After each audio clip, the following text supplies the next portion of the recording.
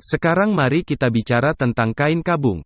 Kedua saksi ini bernubuat bagaimana? Perjanjian Lama dan Perjanjian Baru bernubuat secara terbuka dengan kebebasan penuh. Tidak. Mereka bersaksi pada masa yang mana yang sedang kita bicarakan? Selama 42 bulan. Periode apa itu? Periode kekuasaan kepausan. Sangkakala yang manakah itu? Sangkakala keempat. Apakah Anda melihat urutannya? Sekarang mari kita bicara tentang kain kabung. Di dalam Alkitab, umat Allah memakai kain kabung ketika orang jahat menganiaya mereka. Kain kabung juga melambangkan kegelapan, kesesatan, penganiayaan, dan penderitaan. Sebagai contoh, ketika Raja Asyur datang dengan niat untuk menghancurkan Yerusalem. Apa yang dilakukan oleh Raja Hizkia? Perhatikan bagian-bagian yang disorot karena kita tidak punya waktu untuk membaca semua ayat-ayat ini. Apa yang dilakukannya? Dia merobek pakaiannya dan menutupi dirinya dengan apa? Dengan kain kabung, dan ini diulangi sekali lagi di ayat 3. Di akhir ayat 2, ia menyelubungi dirinya dengan kain kabung. Mengapa? Karena dia akan mengalami penganiayaan. Ada waktu krisis, ada masa kesukaran. Ingatkah Anda akan kitab Ester? Ketika sebuah perintah diberikan untuk memusnahkan semua orang Yahudi, apa yang dilakukan Mordekai? Bukan hanya dia, tetapi juga pada akhirnya seluruh bangsa Israel. Ia mengoyakkan pakaiannya dan apa yang dilakukannya? Ia mengenakan kain kabung dan abu.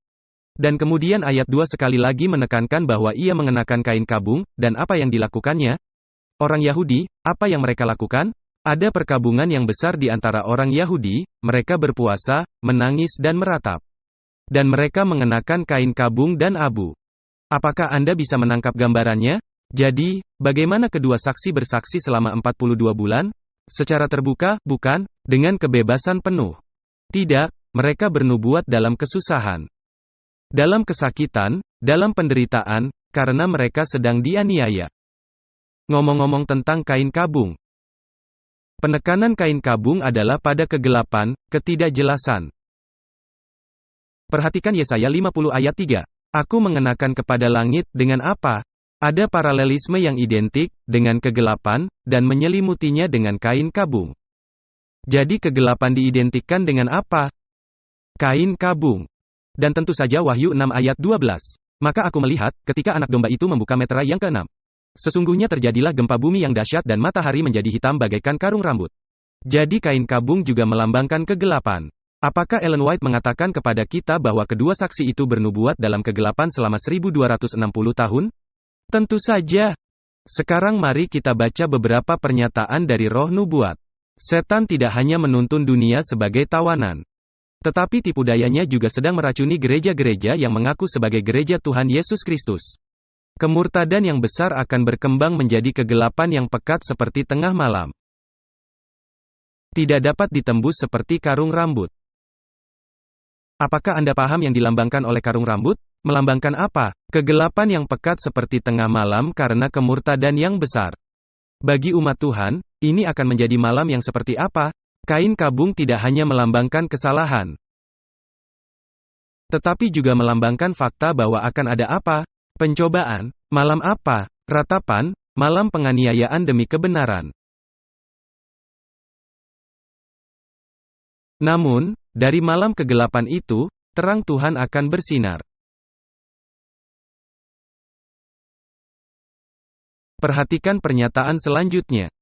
Kemurtadan besar sedang bekerja sampai pada suatu titik, dan akan berkembang menjadi kegelapan yang pekat seperti tengah malam. Tidak dapat ditembus seperti karung rambut. Inilah saatnya untuk menggunakan sistem apapun yang dapat dirancang. Untuk menemukan dan menangkal ragi, apa? Kesalahan. Jadi apa yang ditegur oleh kedua saksi itu? Mereka menegur apa? Kesalahan. Jadilah terang. Seharusnya ada 100 pembawa cahaya di dunia kita yang ada saat ini. Kegelapan akan menjadi lebih pekat di dalam pikiran manusia setelah kebenaran menembus dan ditolak. Namun, ada beberapa pikiran di mana kegelapan akan, disingkirkan. Ellen White melihat dimensi yang lebih dalam pada kedua saksi itu daripada Perjanjian Lama dan Perjanjian Baru. Ia melihat bahwa kedua saksi itu mewakili gereja yang berkhotbah dari kedua perjanjian ini. Akibatnya, para pemberita Injil mengalami penganiayaan. Dengan kata lain, kedua saksi bersaksi melalui perantaraan Roh Kudus. Yang memberi kuasa kepada gereja dan hasilnya apa? Penganiayaan. Apakah Yohanes dari Patmos pernah mengalami hal ini? Inilah orang yang mengalami pengalaman ini. Kekaisaran Romawi mengasingkan Yohanes ke Pulau Patmos. Mengapa? Karena firman Allah dan kesaksian Yesus Kristus. Bapa memberikan kitab Wahyu kepada Yesus. Yesus kepada Roh, Roh kepada malaikat, malaikat kepada Yohanes. Yohanes kepada jemaat-jemaat, dan jemaat-jemaat kepada dunia. 7 kaki Dian melambangkan pekerjaan gereja dalam memberikan terang. Mari kita baca kutipan yang satu ini. Sebelum Kristus menyatakan diri di awan-awan di langit dengan kuasa dan kemuliaan yang besar, manusia akan menjadi sesat di dalam rohnya dan berpaling dari kebenaran kepada dongeng-dongeng. Gereja masih akan mengalami kesulitan pada masa itu. Ia akan, bernubuat dengan kain kabung. Tetapi meskipun ia harus menghadapi ajaran-ajaran sesat dan penganiayaan, meskipun ia harus bertempur melawan orang-orang kafir dan murtad, namun dengan pertolongan Tuhan, ia meremukkan, kepala iblis. Dan pernyataan berikutnya sangat penting. Saksi-saksi Tuhan tetap berada dalam keadaan apa? Ini terjadi selama 42 bulan, dalam keadaan tidak jelas, kegelapan. Kuasa kepausan berusaha menyembunyikan firman kebenaran itu dari orang-orang, dan menampilkan saksi-saksi palsu untuk menandingi kesaksiannya. Pada waktu Alkitab diharamkan oleh penguasa agama dan pemerintah. Pada waktu kesaksiannya diputarbalikkan atau dipalsukan dan segala usaha dilakukan oleh manusia. Dan setan mencari cara untuk mengalihkan pikiran orang-orang dari Alkitab itu. Pada waktu mereka yang berani menyiarkan kebenarannya yang suci diburu, dihianati, disiksa, disekap dalam penjara bawah tanah, mati syahid demi iman mereka, atau terpaksa melarikan diri ke gunung-gunung, ke lobang-lobang dan gua-gua di tanah. Maka saksi-saksi yang setia itu bernubuat sambil, bernubuat sambil berkabung. Jadi, Anda tidak dapat memisahkan para pemberita dari dua saksi yang mereka beritakan.